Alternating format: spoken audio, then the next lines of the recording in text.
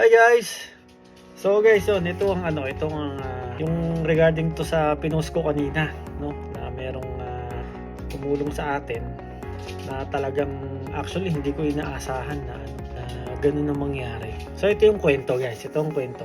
So nung isang araw nagpost tayo sa Facebook. Actually meron ditong mga Facebook group na tungkol sa mga ang pinag-usapan doon is tungkol sa mga pet, no? Alagaan ng aso or pusa, ganon. So ang pangalan ng nito, ang group na to is Chilliwack Pet Network, no? So nag-post ako doon. Kasi plano ko na talaga guys na na ipa-check si Lilo. Hindi naman dahil may sakit siya or kumbaga naka-schedule lang talaga siya ng check-up at nung deworming niya, kasi ang pinaka last na deworming niya is sa Riyadh pa 4 months ago. And normally ang pag pinapa-deworm ko si Lilo, pinapa-deworming namin si Lilo every 3 months, no? So late siya ng isang buwan, which is napakalaking bagay kasi alam mo yun, para makaiwas din ba sa sakit. So ito guys, so nagpost ako sa Facebook kasi nagtatanong ako kung possible ba na si Lilo ibiyahe ko by bus, no?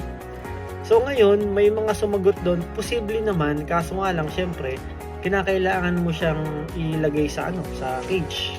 Tapos gusin ko man siyang ilagay sa cage, pero yung cage niya kasi rito medyo maliit na sa kanya, no?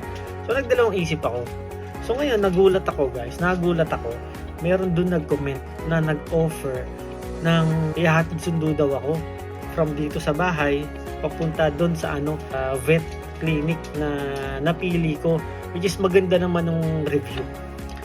So ganito, nag-usap kami ganito, kasi actually nagulat nga ako kasi kumbaga hindi ko na-expect na talaga mag-offer siya ng ganun, no?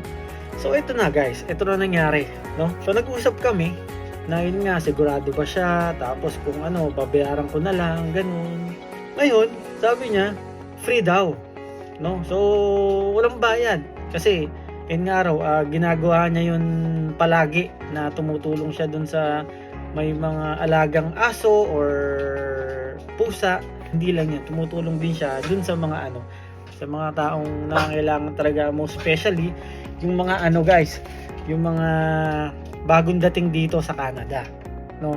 Which is sabi ko, tuwan-tuwa ako nung time na yun. Sabi ko, ang una ko naisip guys, sabi ko, Lord, salamat kasi talagang minsan hindi mo pinabayaan yung mga anak mo, no?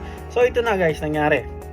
So naka-schedule siya ngayon, kanina, alas 10 kaninang umaga, no? So ngayon guys, okay na. So kumbaga nagpunta na siya rito, tapos nagpunta na kami dun sa vet nga dito sa may Chilliwack Animal Hospital, ganun. So ngayon guys, eto pa. Okay? Hinatid tayo papunta doon. Humihatid din tayo dito sa bahay. Okay? Ito pa ang the best guys, ito pa ang the best. Okay. Nagulat ako kasi binayaran niya yung bill namin ni Lilo, which is hindi ko talaga in-expect. Na sabi ko, actually napayakap nga ako sa kanya kanina. So tinutukoy ko ngayon guys, ito yung pinost ko kanina, which is ang pangalan niya is Karen, si Ma'am Karen. So nagkwentuhan kami na yun nga guys, palagi niya rin ginagawa sa mga nangangailangan talaga na tao, especially dun sa may mga alaga.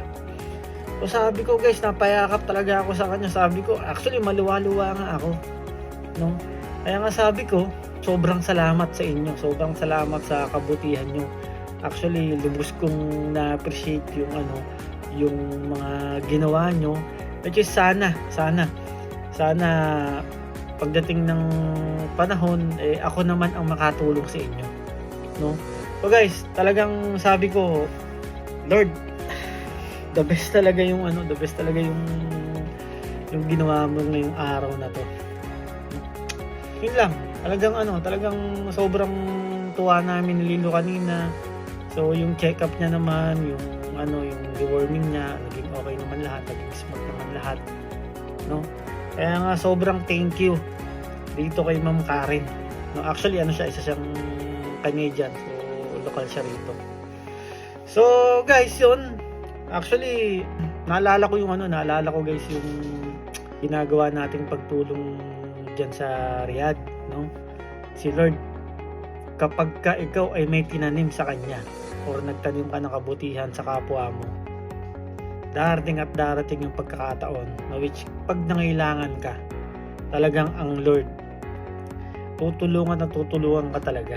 Hindi lang dun sa maliliit na bagay. Sobra pa guys. Sobra. So guys, yun lang. Maraming salamat, no? Salamat sa inyong lahat. At ingat kayong lahat. God bless you all.